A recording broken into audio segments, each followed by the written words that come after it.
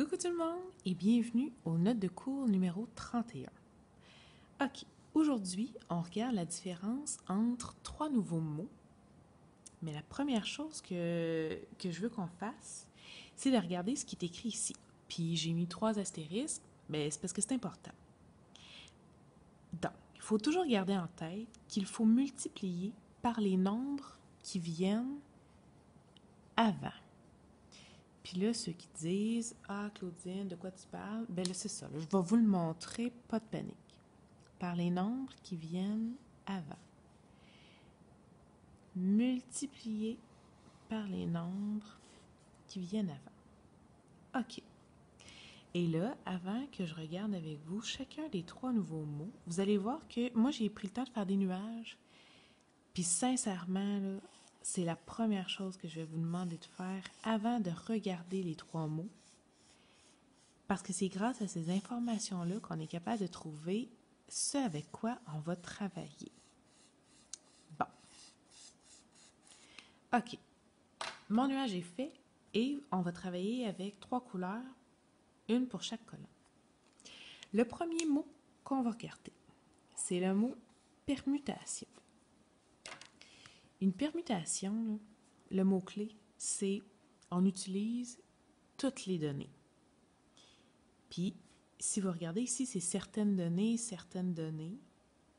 Si, dans l'exemple, on utilise toutes les données, oui, c'est sûr que c'est une permutation qu'on va venir calculer.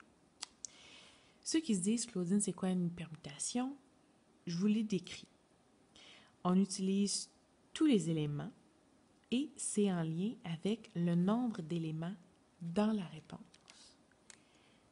On utilise tous les éléments, puis c'est en lien avec le nombre d'éléments dans la réponse.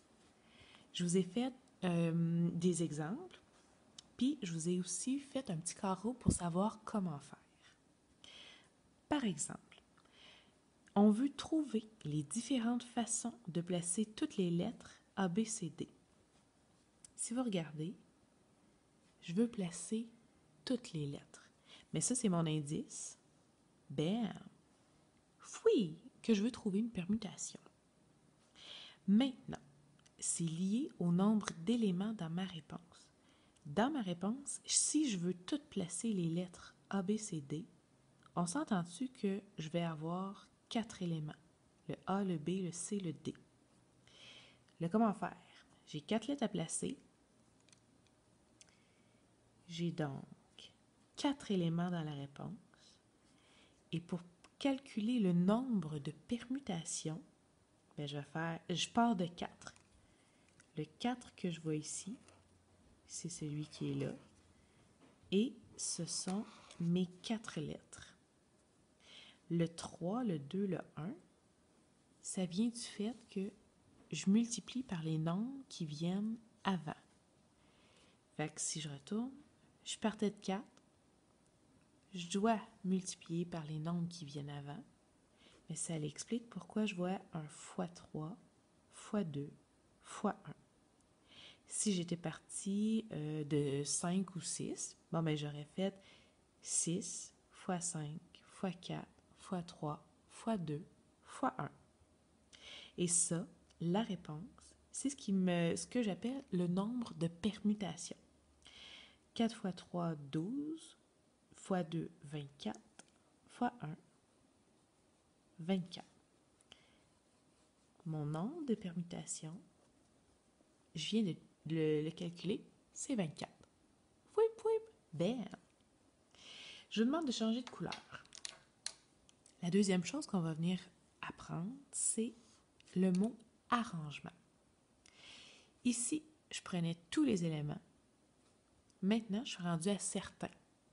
Puis si vous remarquez, j'utilise certains éléments pour l'arrangement et la combinaison, mais la différence se situe ici.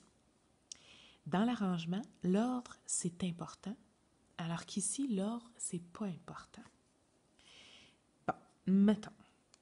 Quand je parle d'ordre, c'est, par exemple, votre mot de passe pour ouvrir le iPad.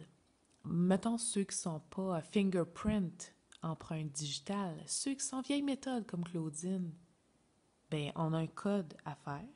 Puis le code, si c'est 1, 2, 3, ton iPad ne s'ouvre pas si tu fais 2, 1, 3, 4. Ça rentre dans les importants. Est-ce qu'on va venir surligner certains éléments utilisés, l'ordre important, et c'est en lien avec le nombre de possibilités. Puis quand je parle de possibilités, c'est les choix qui s'offrent à nous. Mon exemple, je fais un tirage et je choisis 2 chiffres. C'est sans remise, puis c'est 2 chiffres parmi les suivants. 1, 2, 3, 4, 5. Mon but, c'est de faire un mot de passe. J'en choisis 2. Parmi tout ça, et je vais arriver à faire un petit code de 2 chiffres. Fait que 2 chiffres sur 5, je les prends pas toutes. J'en prends certains. Et je veux venir faire un mot de passe, donc l'ordre est important. Fait que c'est bel et bien un arrangement que je vais venir faire. Sans remise, ça veut dire si je pige le 5, est-ce que vous voyez qu'il m'en reste 4? Bon. Fait que j'ai le 1, le 2, le 3, le 4, le 5 de possible. Fait que j'ai 5 choix, ou je peux dire aussi que j'ai 5 possibilités. Puis le nombre d'arrangements, ben je pars de 5, puis j'oublie pas de multiplier par les nombres qui viennent avant. C'est la raison pour laquelle je vais faire 5 fois 4. J'ai 5 choix, je pars de 5, je viens faire fois 4, parce que c'est avant, puis j'arrête là, parce que je veux seulement piger 2 chiffres. Si j'avais voulu en piger 3, mais j'aurais fait 5 fois 4 fois 3 pour que j'aille 1, 2, 3 éléments. Puis si je pitonne 5 fois 4, ce qui me donne 20, 5 fois 4, 20, bien ça, c'est le nombre d'arrangements que je viens de calculer. Le dernier, on parle de combinaison. Une combinaison. OK, on est encore dans, on prend certains éléments, mais dans ce cas-ci, l'ordre, on s'en fout. L'ordre, pas important. Puis, il y a comme une petite formule. Ça ici, c'est important. Fait que le nombre de combinaisons, ce que je cherche ici, c'est en bleu, c'est le nombre d'arrangements divisé par le nombre de permutations. Les arrangements, moi, je les avais mis en vert. Et les permutations, moi, je les avais mis en jaune. Fait que pour trouver mes combinaisons, ce que j'ai en bleu, il faut que je fasse exactement ça et que je divise par ça. Je vous donne un exemple. On cherche tous les groupes de 3 lettres différentes qu'il est possible de faire avec les lettres A, B, C, D. OK, je sais qu'il va y avoir 3 lettres, puis je sais que je ne les prends pas toutes parce que j'ai A, B, C, D. J'en prends donc certains. Puis moi, je veux juste des groupes. J'ai pas besoin d'avoir un ordre précis. C'est donc une combinaison que je viens chercher. Pour trouver ma combinaison, OK, j'ai les lettres A, B, C, D. Je choisis 3 lettres au hasard. Fait que le nombre de combinaisons, c'est mon arrangement divisé par mes permutations. L'arrangement, pour ceux qui ne se rappellent pas trop, on regarde, c'est ici. C'est en lien avec le nombre de choix. Bien là-dedans, j'ai 4 choix. Fait que je pars de 4.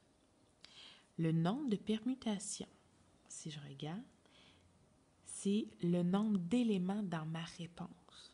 Bien, si je fais des groupes de 3 lettres, dans ma réponse, je vais avoir 3 éléments. Puis vous regarderez, j'ai 1, 2, 3 multiplications. Puis ça, c'est en lien avec cet indice-là. Fait que je prends le temps de faire aussi mes multiplications avec les chiffres qui viennent avant. Je pars de 4, fait que c'est sûr, je vais faire x3 x 2. Je pars de 3, je vais donc venir faire x2 x 1. Puis je vous le dis, j'ai besoin d'avoir 3 multiplications parce que je choisis 3 lettres. Si j'en avais choisi 6 parmi 10 lettres, j'aurais eu 6 multiplications. Le nombre de combinaisons, il me reste simplement à le pitonner. 4 x 3, 12, x 2, 24, 3 x 2, 6, x 1, 6. Si je le réduis, 24 divisé 6, ça va venir me donner 4. Fait que le 4, c'est mon nombre de combinaisons possibles. J'ai donc 4 groupes possibles, formés de 3 lettres, si j'ai les lettres A, B, C, D. Bam! Permutation, arrangement, combinaison, on connaît un peu mieux ça. Maintenant, il faut se pratiquer. Fait que chop chop au boulot. OK, bye bye.